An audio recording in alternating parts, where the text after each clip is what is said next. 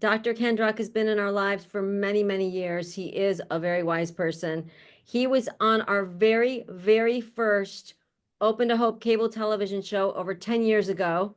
He was amazing at getting us calm and being a great mentor. And that show won a big award. So he is here and he's done so much with Open to Hope over the years. And we so much appreciate it. And he is going to talk mom today. Yep, he's going to be speaking, and he does everything in honor of his daughter, Jenna Druck. Yeah. And that's where we met him through some Compassionate Friends, I think, actually. He will be talking, yeah, he will be talking, Ken will be talking, Dr. Ken will be talking about the path forward after a loss, what to say yes to. He's got a huge list of accomplishments. I'm going to shorten it because it would take more than the keynote to go through it all. Dr. Ken Druck is an international authority on courageous living and healing after loss. Following the tragic death of his daughter, Jenna, he has dedicated 45 years to guiding individuals and communities through grief, basically all over the world. Dr. Ken is the author of several books, including Courageous Aging and the bestseller, How We Go On, focusing on resilience and personal growth. Welcome, Dr. Ken Druck. Welcome, Ken. We love you. Be with both of you. Seeing your faces lights up my heart. So I'm so happy to see both of you. And congratulations on another great year. I hope nobody takes for granted what goes into you guys putting on this day. I'm so honored to be a part of it.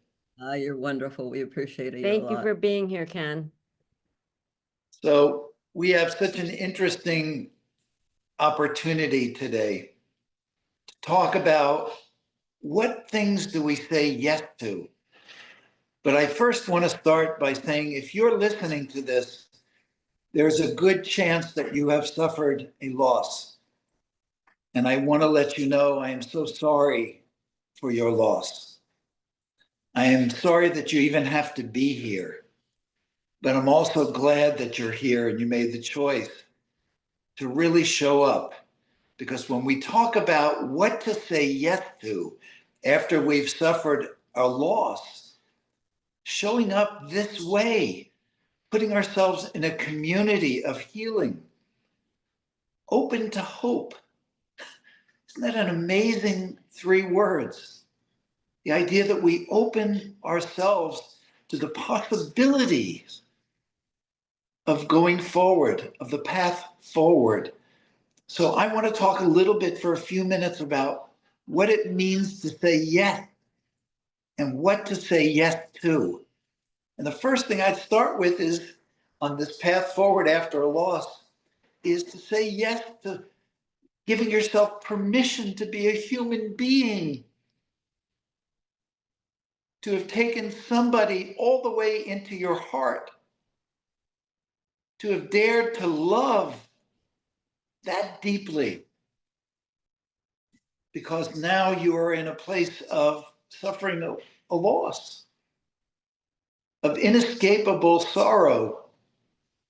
And so what to say yes to is being a part of a healing community and being with people who've suffered comparable losses and talking about what we're all doing to help ourselves.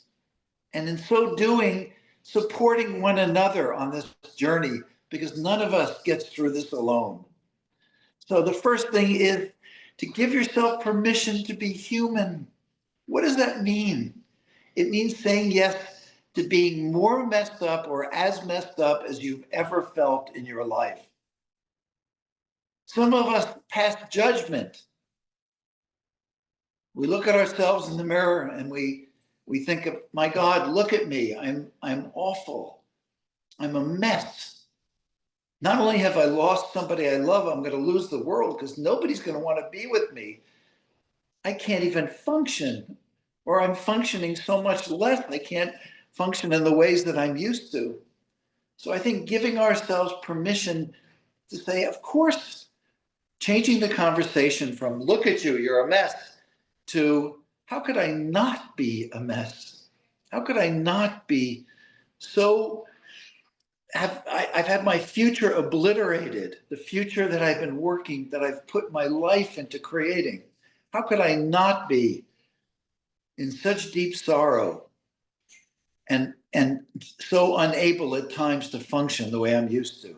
So that's the first thing. The second thing is say yes to the possibility that you're brokenhearted, that what's going on is that you're suffering an inescapable sorrow.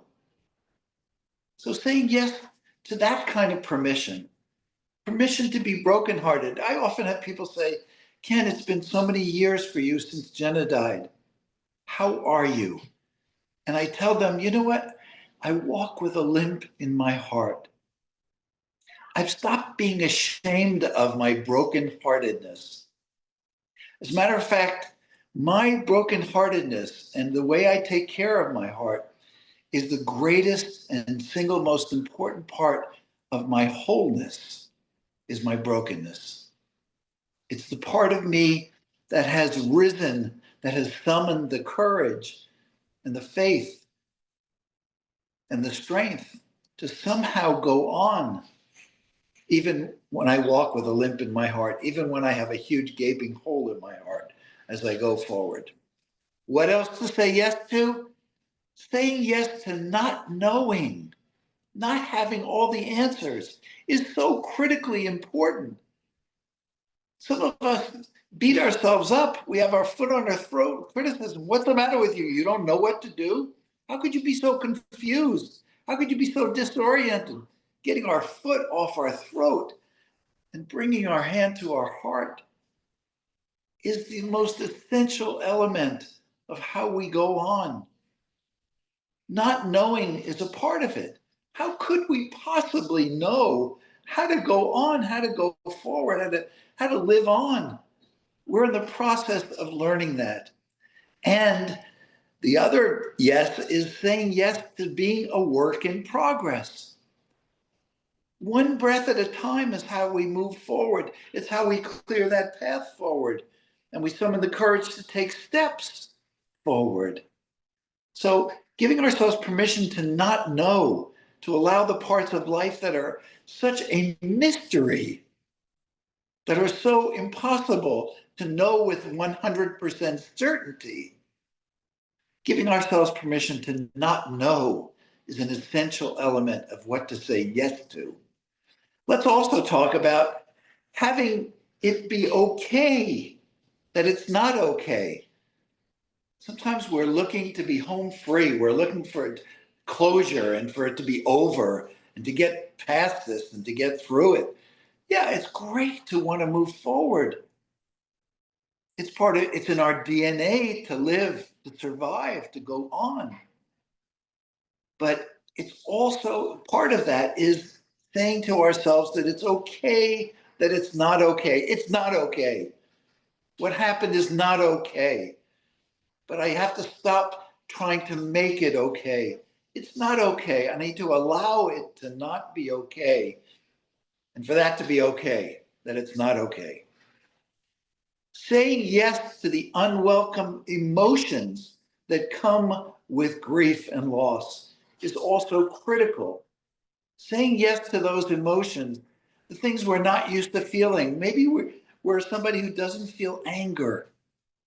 Where we hardly ever feel confused and don't know what to do, or feel lost, or feel broken, or feel so compromised or scared or uncertain.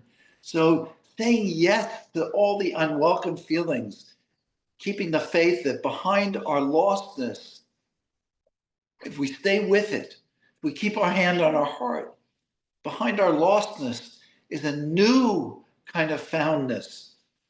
Behind our emptiness is a new kind of fullness. And keep the faith that that's possible. Keep on keeping on. Saying yes to going on, even though we're lost. We try to go on and we say to ourselves, I can't go on because the old normal has been obliterated. How about the new normal? Has the old normal been obliterated in most of our lives? Yes, a great deal of it has. But that doesn't mean that there isn't a new normal. Every season of life, every chapter, every corner we turn in this life, forces us, inspires us, causes us to have to find a new chapter, a new way of going on, a new element of courage and strength, a new element of faith. Well, that's where we are now. As big as it is, as huge, as impossible it is, we have to find that ability. We have to look for that light in the darkness. What else to say yes to? I often talk about the path of honoring. The path of honoring is something that I've said yes to. What does it mean to honor my daughter, her life and her spirit? Number one, it means to practice self-care. I've had to learn self-care as I've never had to practice it or use it before. The second thing is to do something good in her name. That's an honoring. Something good could be lighting a candle. It could be having compassion for people who are suffering comparable losses. Whatever it is, doing something good in their name, whether it's related to how they died or how they lived, is such an important way to honor them and to say yes to them, to say yes to life. Another one is to cultivate a spiritual relationship with them, to honor the love that never dies, to express it, to feel it, even though we have no degree of 100% certainty about what this life and what death is, we can still express the love that never dies.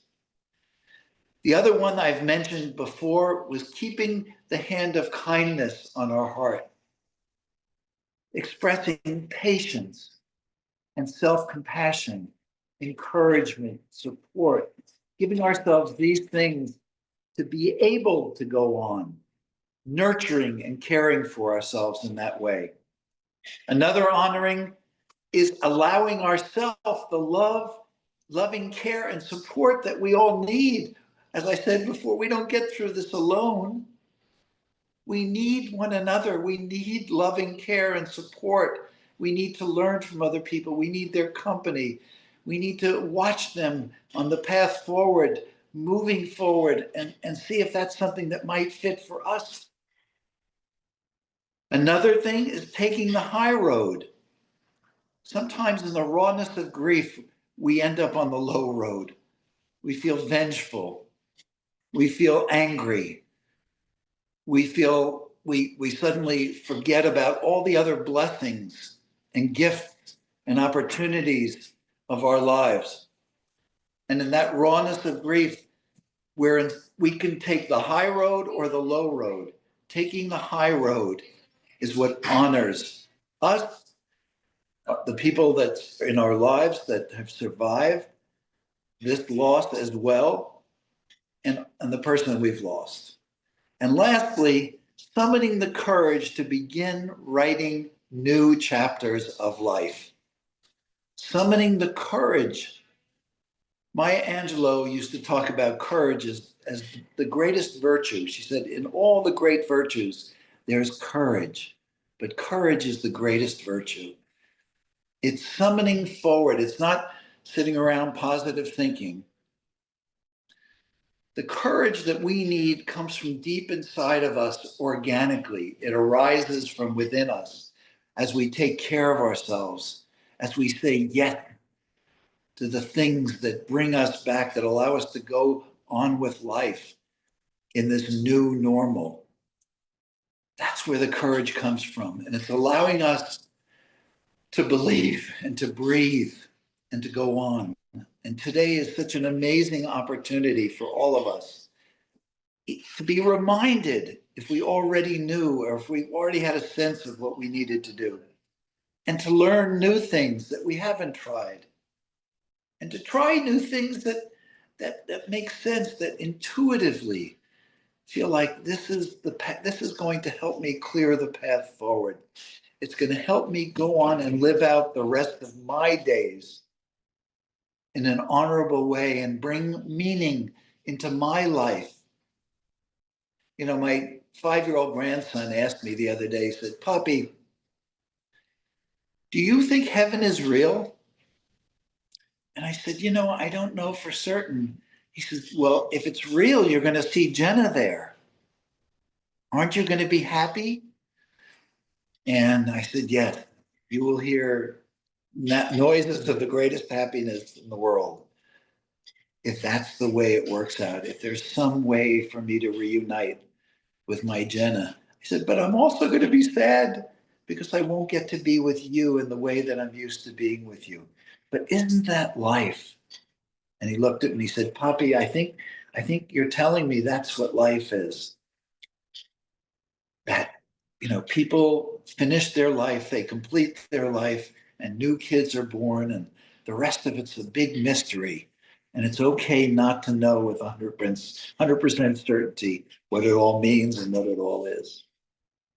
So anyhow, those are some thoughts I wanted to share with you. And my hope and prayer for you on this day is that this day is a yes for you. It's a yes to you. It's a yes to life, the way life really is, life's real terms. And it's a yes to you being able to go on with your hand on your heart, with your foot off of your throat, with your arms welcoming the love and support of other people, and giving yourself the love and support that you need. And with that, I'm again so grateful and honored to have been able to spend a few minutes with you today. I've learned that it helped me to help others, to know I'm not the only one, put one foot in front of the other, find a life. Adding hope to the darkness, you start on the trip to recovery. Reach deep down inside and say, I am going to live on. We laugh, we cry, and remember. Hope without action doesn't work. Hope with action can change the world. We always say, if you've lost hope, please lean on ours.